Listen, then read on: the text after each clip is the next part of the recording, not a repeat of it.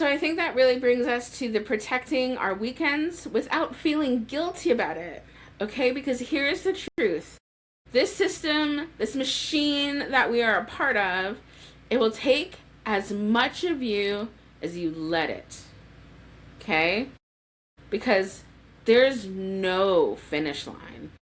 There's no one that at the end of it is going to say, wow, you've done enough. Okay? So you have to create the boundary. You have to know when enough is. And if you don't and you've hit that, you need to take 10 steps back. And that's actually where your enough is. Okay? Do not let people guilt you into doing a club if you do not have the time. If someone says, well, why can't you do that? You don't have whatever. You don't have to justify. No is an answer. Okay? No is an answer. So create that boundary. Okay? Your weekend protection rules. No school email notifications on your phone. You, if you need to, can have a designated planning block, but cap it at a reasonable amount of time and set a timer. Okay? 3, please use the report card comment bank. Okay? Reuse, refine, but you don't need to reinvent because you can absolutely personalize things with comments that you've already used. Okay? Sent is better than perfect. And you know what? This is going to be hard for a lot of you. I'm not going to lie. It's going to be hard for you.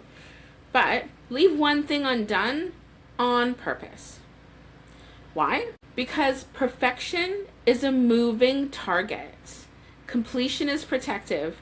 You are not a better teacher because you sacrificed Sunday. You are not a better teacher for going into the classroom on the weekend, okay? But you might just end up more tired on Monday. This brings me to when you're wondering if you should quit, which I know is controversial. So let's say the quiet thing out loud. Sometimes burnout makes you question the entire career, makes you question the life choices that brought you to teaching. And before you make that decision, I need you to ask yourself, am I burned out on teaching or am I burned out on the conditions? Because those are very different problems.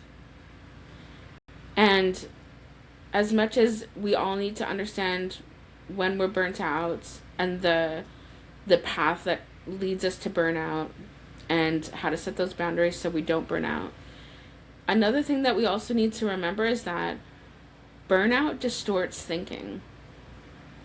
Burnout tells us you're bad at this. Burnout tells us you can't handle it. You don't have what it takes. You're not that person over there. You're not strong enough. But really, the truth is, I'm going to cry a little bit. You've been strong for too long without support. If you can reduce the output, if you can tighten up the structure, tighten up those transitions, if you can ask for one form of help, protect one boundary, and then your nervous system starts to recover, well, then it was never you. It was the load. And you deserve to make career decisions from clarity and not from exhaustion. If burnout was a personal problem, then it wouldn't be so prolific for teachers. It can be really hard on our mental health to be in burnout and have that distorted thinking that I'm not as good as the person down the hall. My students are too loud. I'm not getting this done right. Everyone else is having an easier time than me.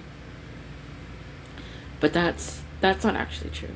That's the burnout talking. Find out, change one thing, see if it gets better. Okay, I'm rooting for you. You've got this.